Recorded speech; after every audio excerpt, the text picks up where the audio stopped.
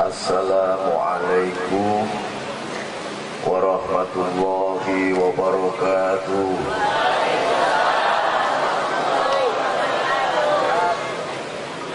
Bismillahi Allahu Akbar. Aqulu ala nafsi wa ala dini wa ala ahli wa ala auladi wa ala mali wa ala ashabi wa ala adyanihi wa ala amwalihi alfa'afin. Asyhadu an la ilaha illallah wa asyhadu anna Muhammadan abduhu wa rasuluh. Wa la hawla wa la quwata illa billahil aliyyil azim.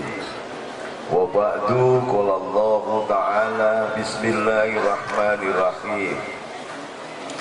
Allahu nurus samawati wal ardh. Masalu nurihi kamiskati fiha misbah. Al-misbahu fi zujajah. Al-zujajatu ka'annaha kawkabun duriyyu yuqadu min syajarah mubarakatin jailutunatin la zarkiyatin wala garbiyah. Yakadu yaituha yudhi'u walau lam tamsashu nar.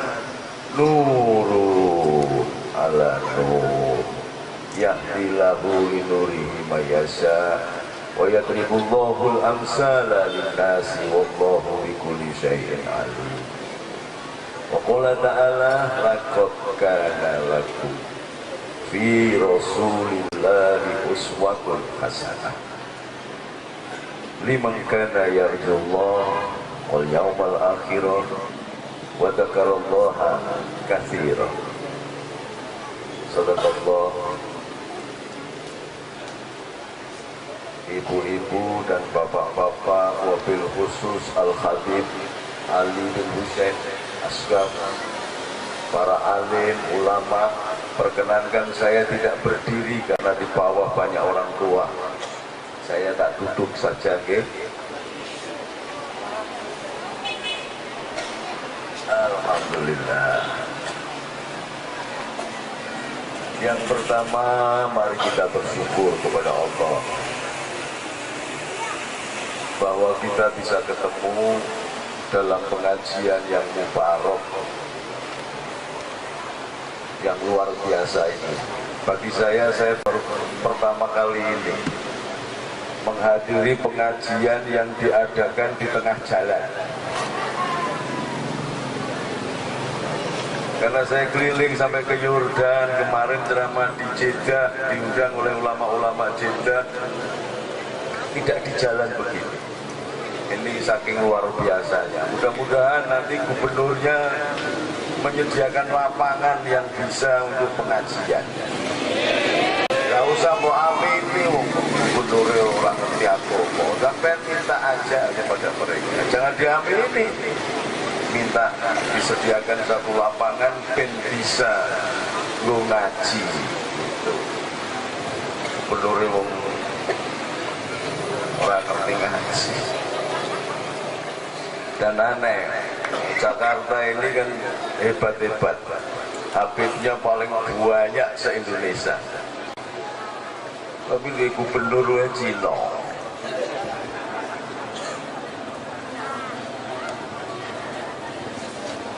Tapi Cina kayak gubernur, tapi gubernur, tapi Cina, tapi gubernur. Mudah-mudahan lah malam ini kita berdoa karena sawabnya, syafaatnya Nabi, semuanya jadi baik. Selawat dan salam kita unjukaken dumateng junjungan kita Nabiullah Agung akhiri zaman Sayyidina Muhammad sallallahu alaihi wasallam. Allahumma sholli ala Muhammad. Allahumma sholli ala Muhammad. Sholli ala Muhammad. Saya ini kiai desa, jadi disorot lampu kayak gini malah kemeringat. Kipas angin ini soalnya ke sana. Jadi saya lepas saja ya. Tetap ganteng kalau suka baca selawat.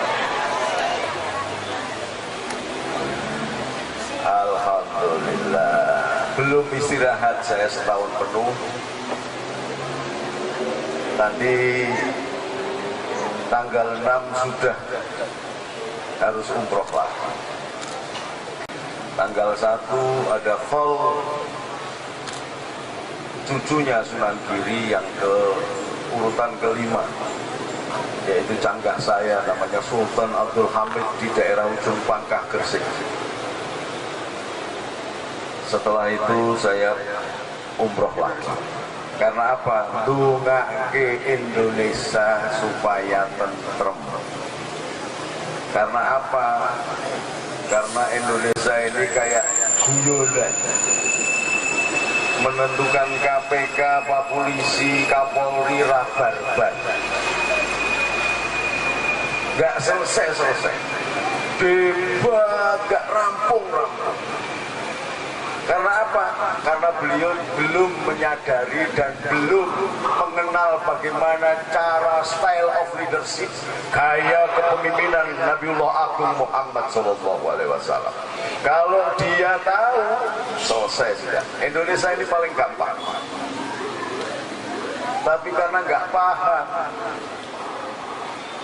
saya jadi mumet melihat presiden sampean. Presiden belusuan. Lho jangan diketawain, sampean pilih sendiri. Iya Pak ya? Dipilih presidennya karena belusuan, padahal tukang golek beling itu juga belusuan.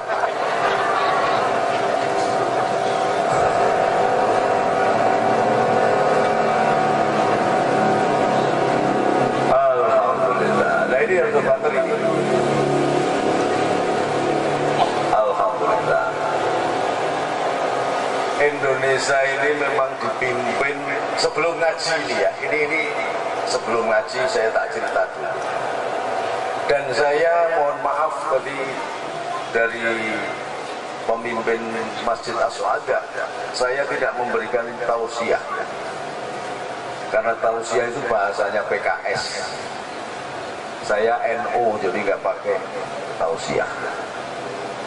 Tausiah itu berasal dari akar kata wasiat. Wasiat itu biasanya disampaikan ulama yang hebat kepada santrinya. Saya bukan ulama, kiai juga bukan. Saya mau anak kiai, jadi setengah kiai, setengah bukan. Atau wasiat itu disampaikan kepada orang yang mau mati. Orang mau mati berwasiat, atau orang yang mau mati lah. Makanya umroh itu juga, umroh atau haji itu orang yang siap-siap mati. Makanya dia memberikan wasiat. Nah saya ini kesehatan dijaga, masih sakit, disuruh memberi wasiat. Dompet panitia ini juga saya hormati. Allahumma sholli ala Muhammad. Jadi mau idho hasanah, kata kalau bahasanya Habib Ali bin Husain, jadi mutiara hikmah yang dipetik dari Quran dan hadis itu lebih baik daripada tausiah. Itu PKS, saya bukan PKS. Jadi terus terang aja supaya sampai nanti tahu bahwa saya bukan PKS. Jadi jangan ngundang saya kalau sampai PKS. Di garis harus tegas ini. Karena yang senang selawatan biasanya bukan PKS. Kalau di sini Al-Habib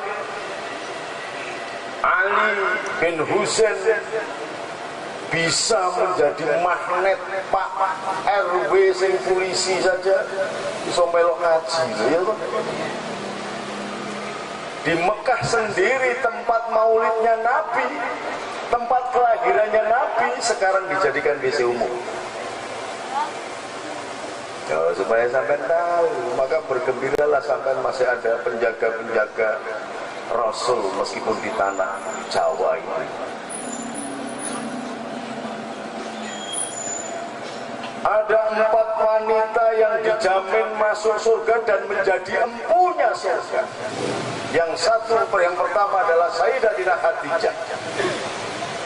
Tempat lahirnya Sayyidatina Khadijah jadi WC umum di Mekah sana.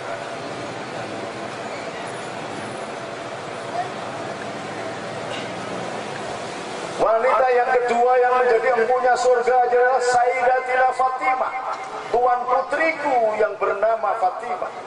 Fatimah itu Zahra.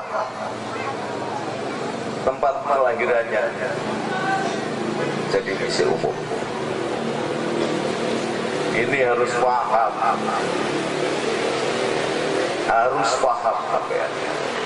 Karena apa? Karena setelah pasca kekhalifahan Turki Ottoman itu, lalu muncullah Inggris dan Perancis menggunakan orang-orang Arab yang ada di Mekah dan Riyadh untuk mengakuisisi, mencapok tanah Hejaz yang sekarang bernama Makkah, yang itu namanya dulu Hejaz. Makkah itu berasal dari kata bakah, karena dulu tidak ada pepohonan apapun.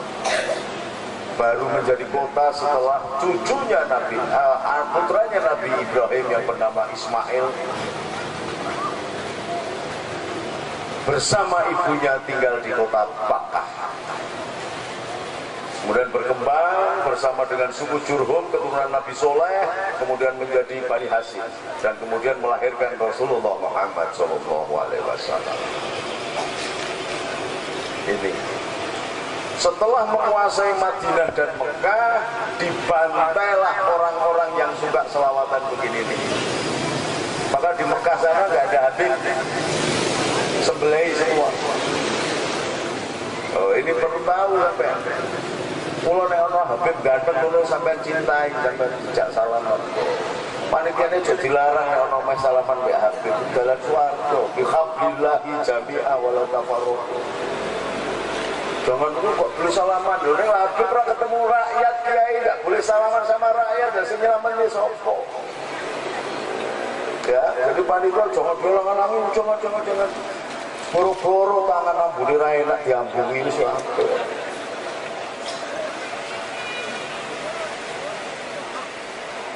Di Mekah yang semula itu, ini supaya sampean paham, kenapa di sini kok di Indonesia ini diadakan maulid terus. Kalau tidak ada Islam yang sudah diutus, dikembangkan oleh Wali Songo, tidak akan ada maulid di muka bumi. Nah, Wali Songo itu siapa? Nanti saya jelaskan supaya sampean ini tahu dulu bahwa setelah mencapok Madinah dan Mekah yang semula dia berkuasa di Riyadh, bekerja sama dengan Perancis dan Inggris.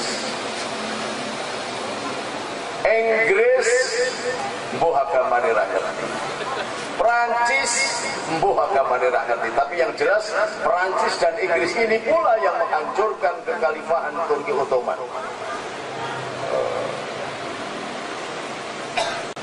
Orang-orang yang ada di Mekah di Arab itu kerjasama dengan Inggris dan Perancis membantai orang-orang yang menjadi keturunan Nabi yang baik, yang bermadhab Maliki. Dari Imam Malik itu keturunan Nabi yang ke-16 kalau nggak salah.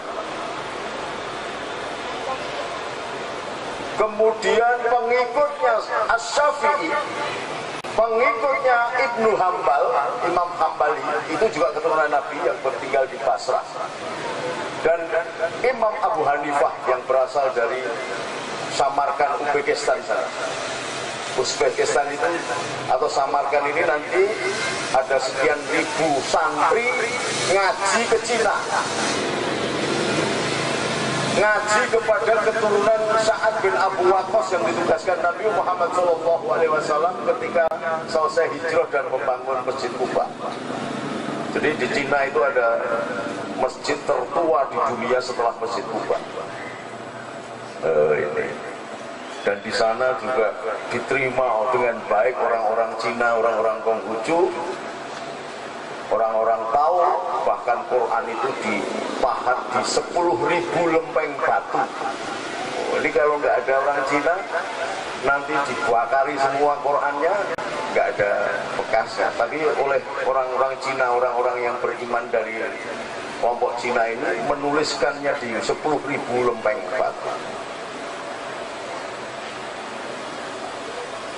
Dari sana jugalah yang sekarang ini sudah membuktikan sabda Nabi, utubul ilma walau bi, carilah ilmu meskipun sampai ke negeri Cina. Sekarang ini dari Cina, mulai dari Beijing dibikin kereta api menembus jalur Gurun Gobi, sudah masuk ke Mekah dan Madinah. Kereta api menembus jalur sutra, luar biasa. Tetapi justru kita sekarang ini dibingungkan oleh keadaan. Karena apa? Karena kelompok yang saya ceritakan ini. Allahumma shalli ala Muhammad. Setelah menguasai Hijaz dan Madinah, semua orang Sunni dibantai di Mekah.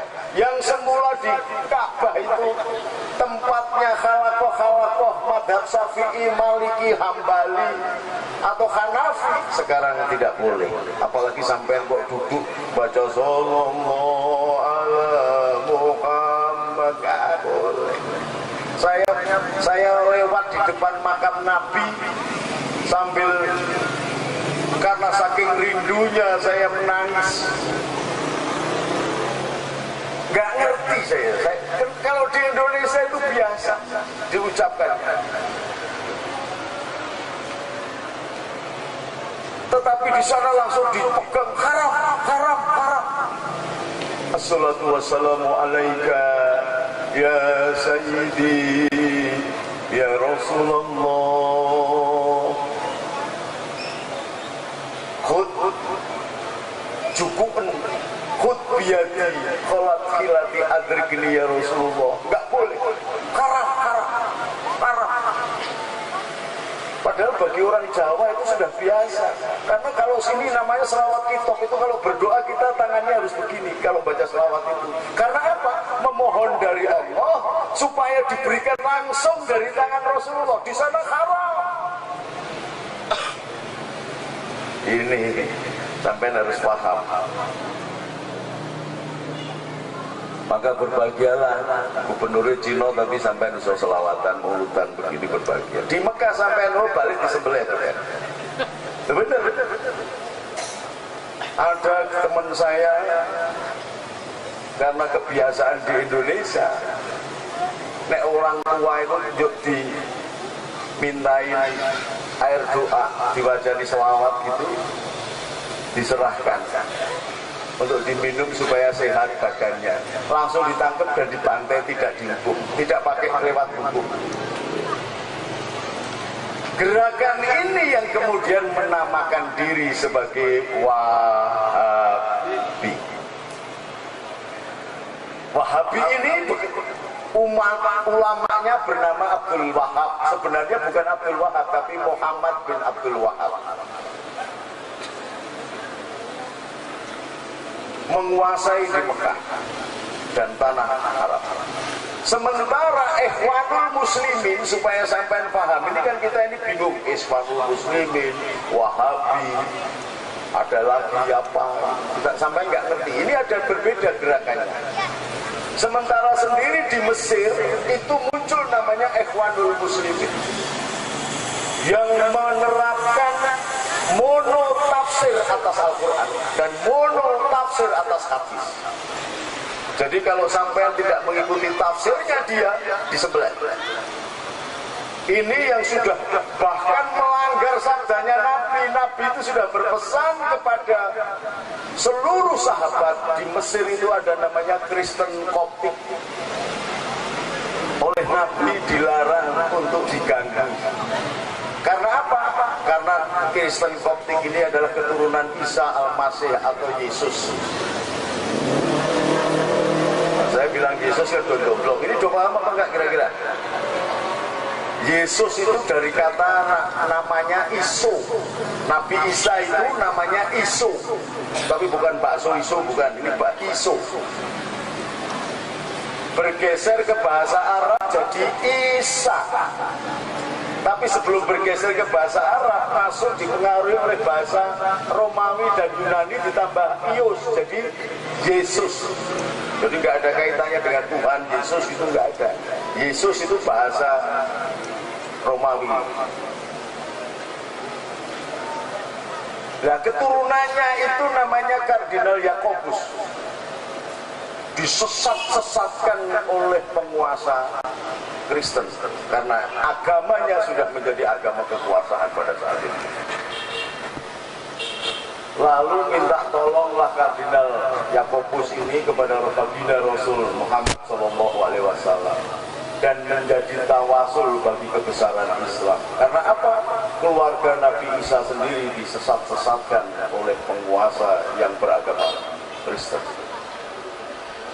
Diutuslah Sayyidina Umar, maka menjadi sebab Islam berkembang luar biasa. Karena apa? Dari permohonan dari Kardinal Yakobus inilah Bizantium, Imperium Barat yang menguasai sampai ke Inggris, Perancis, Spanyol, sampai ke Maroko, perbatasan Eropa, semua bisa dikuasai oleh Islam. Lalu Rasulullah mendapatkan hadiah dan diminta untuk melakukan terjalin hubungan yang luar biasa, menyambung kembali darah Abraham, darah Ibrahim. Diberi istri bernama Maria Keptiah. Kenapa Keptiah? Karena dari Kristen Koptik. Jadi ada salah satu istri Nabi yang bernama Kristen dan memiliki anak namanya Sayyidina Ibrahim yang dimakamkan di kuburan Baqi'. Ini tidak boleh diganggu, ada di Mesir itu tidak boleh diganggu. Tapi munculnya Ikhwanul Muslimin diganggu, dibantai semua.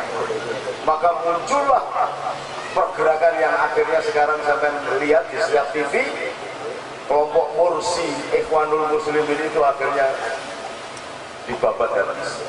Karena ada kesadaran orang Mesir. Di Indonesia, orang-orang Wahabi, orang-orang Ikhwanul Muslimin banyak, semakin banyak, dan kita tidak belajar di sana. Kita masih membiarkan mereka mengkafir-kafirkan kita. Bahkan yang namanya Maulud Nabi ini namanya bid'ah. Setelah, maka kalau sampai lihat itu TV Insani, Rojak TV, radio MTA, semuanya begitu. Assalamualaikum, ulu bid'atin dolalah, ulu dolalatin final, semuanya begitu.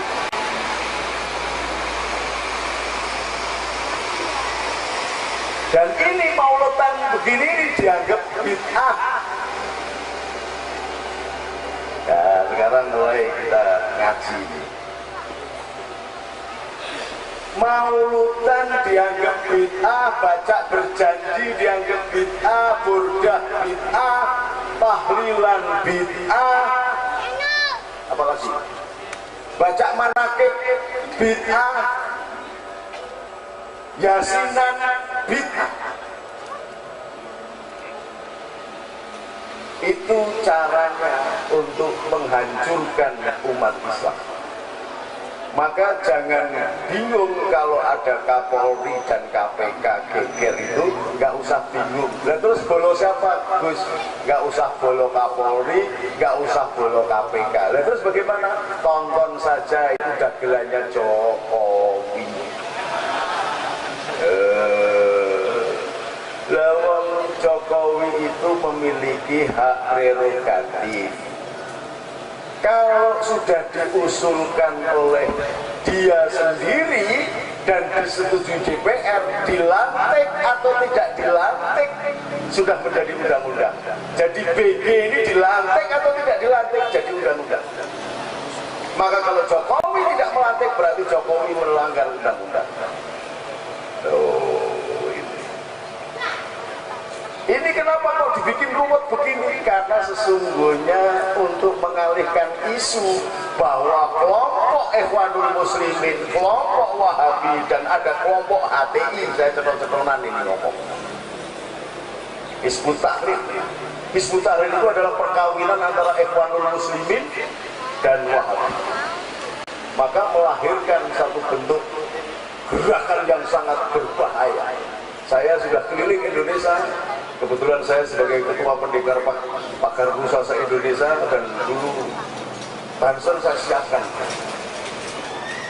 Kalau sampai di sini dominan, ada habib-habib banyak, nggak ada yang berani dominan, tapi di daerah-daerah, wah, Hizbut Tahrir itu adalah perkawinan antara Wahabi dan Ikhwanul Muslimin. Bapak Kiai, mohon maaf. Kita minta kepada guru kita untuk menyampaikan tentang sejarah Nabi Muhammad. Kita minta sekali lagi dengan penuh hormat buat guru kita. Tenang, tenang. Duduk. Duduk. Duduk. Nggak ada yang nyuruh. Duduk. Kita minta kepada Bapak Kiai kita untuk menyampaikan tentang sejarah baginda Nabi Muhammad. Kita minta jangan kritik sana, jangan kritik sini. Lebih baik apa yang lebih manfaat buat umat Nabi dan anak-anak muda, sehingga tidak terusik jiwa-jiwa umat muslimin dan otak-otak umat muslimin yang tidak terubah. Kami berkumpul karena cinta terhadap Sayyidina Muhammad. Buat jamaah FPI,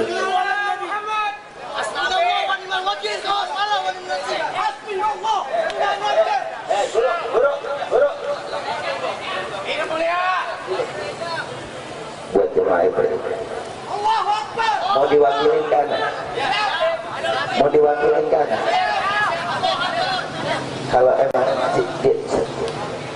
Kalau emang dengerin, buat para pemuda, dengerin, buat FPI,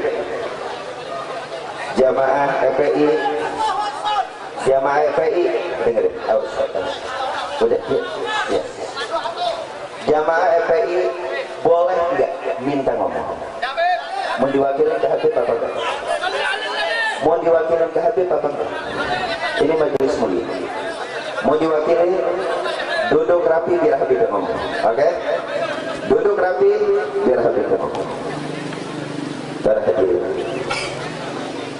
Jadi mudah-mudahan apa yang disampaikan oleh, duduk yang manis.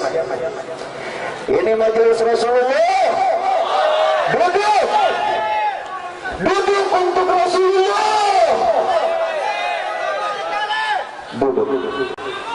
Duduk yang manis.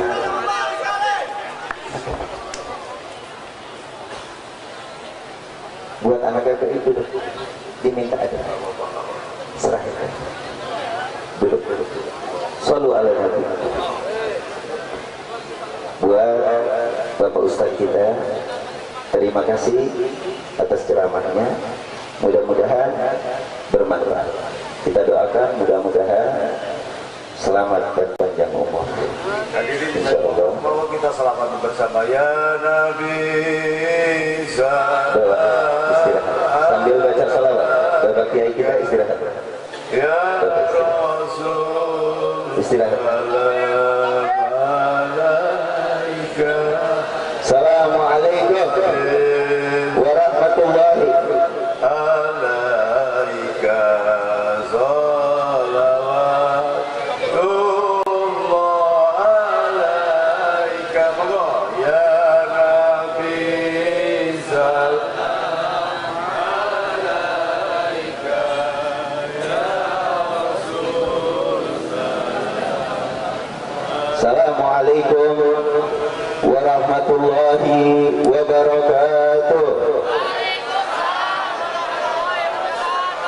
Alhamdulillah, wassalatu wassalamu ala Rasulillah.